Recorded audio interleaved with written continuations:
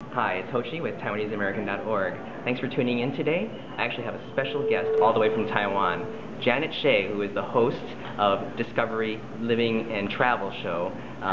That's a popular show that's broadcast all throughout Asia. Let's bring her in. Hi, Janet. Hi. How are you?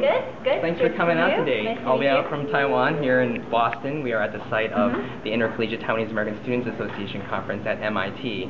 You're going to be the keynote speaker tonight. Yeah. I'm glad we have this opportunity to catch you and just talk to you a little bit, see what's going on in your life. You've been doing a lot of great stuff. You're a host of this TV show. Tell us, how did you get involved with all this?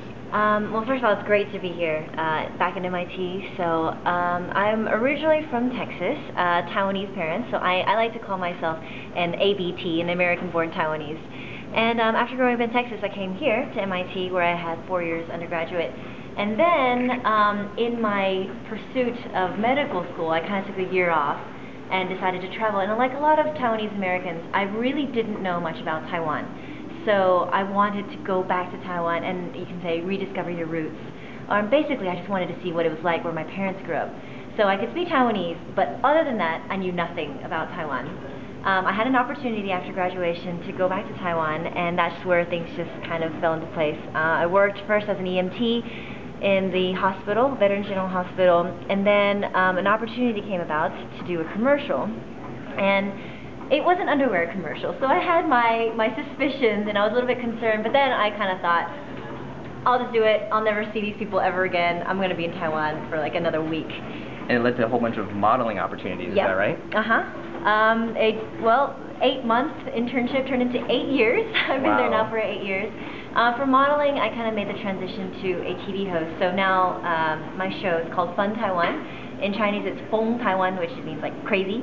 I am a little bit crazy. And it's on Discovery, Travel, and Living. And my biggest pride really is that the show itself, I mean, we introduce Taiwanese people. We introduce every aspect of Taiwan, but via the people, like through the people, which is honestly the thing that touches me the most about Taiwan. Through these people, we get to know certain areas of Taiwan. And, you know, I'm introducing now, the show introduces Taiwan now to not just Taiwanese, you know, actual Taiwanese living in Taiwan, but now in over 25 countries around Asia. That's amazing. So you're basically recognized on the streets everywhere. I think that's amazing. I've even heard that on the billboards in Taiwan. You can find pictures of her. She's in advertisements, commercials, everywhere. Definitely an emerging celebrity there. Thank you. I mean, it is the honor for me that you know, my parents look at the show and they're getting to see Taiwan, things about Taiwan that they didn't even know.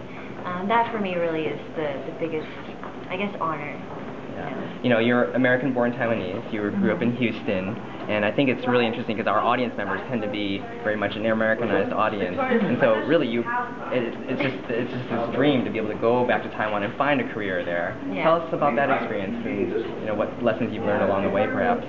I've always been very adamant about following your passions. You know, when I did the modeling thing, it was fun. It was seriously, you know, it was an interesting experience. But I realized when I was doing that what I really enjoyed was traveling. Like, I loved filming commercials around different areas of Taiwan and Asia. And so later on, when this opportunity came out to be a travel show host, that's where I really found myself.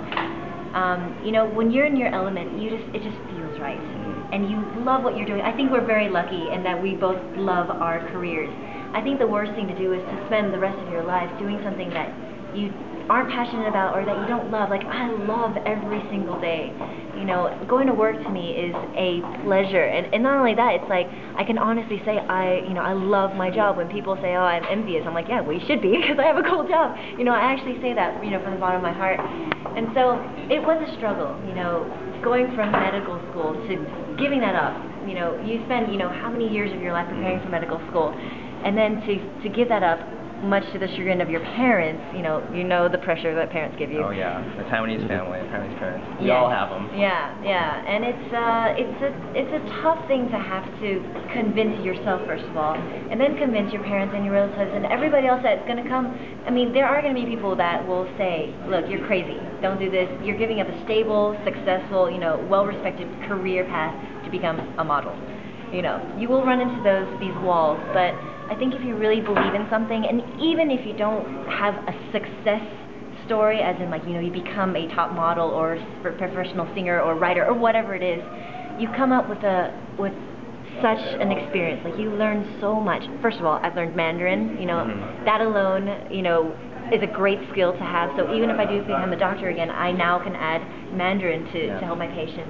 But I've also gone to see Taiwan. I've gone to see what Asia's like. I've become more international, and I just become more open-minded. Yeah, your life has been such a journey. So you have this book too. Yes, I actually have a book. This to me is like, I pinch myself every single day because I actually have a book, and it's in Chinese. So that's kind of funny, because when I first got to Taiwan, I could only say 3 phrases, which were like, 你好, 谢谢, and 你的头很大, which means like, you have a big head. Don't ask me why I learned how to say those 3 phrases. But I actually, you know, was able to write a book in English about my travel stories, you know, just learning just basically how I became who I am now, and it goes on to the opportunities that Taiwan has offered and has, you know, presented itself. And a lot of it is thanks to having Taiwanese parents, really. You know, a lot of these opportunities wouldn't have come up if I couldn't speak Taiwanese, or if my parents hadn't moved to the U.S. You know, they brought that experience. They gave us this opportunity, this upbringing, and in a way, they allowed us to be able to explore the rest of the world. Exactly.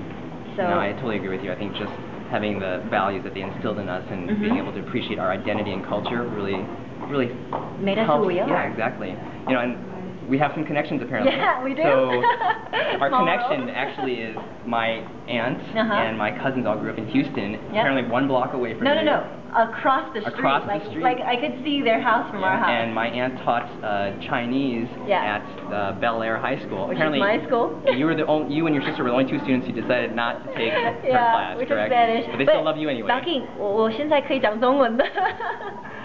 And we also have another connection too. Apparently, you were at Taiwanese American Foundation summer camp, so shout out to all our TAF kids out there. TAF.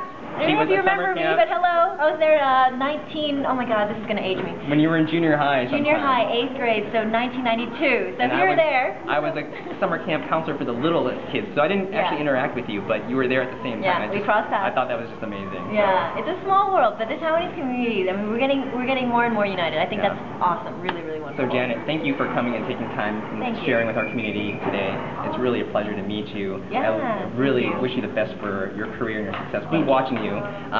For those of you online, you can just YouTube Janet Hsieh Fun Taiwan. You can find episodes. Check out her book, self-titled Janet, and check out TaiwaneseAmerican.org. We'll bring you more content in the future. JanetHsieh.net. Check her out. See you all later. Thank you. Bye-bye. Bye-bye.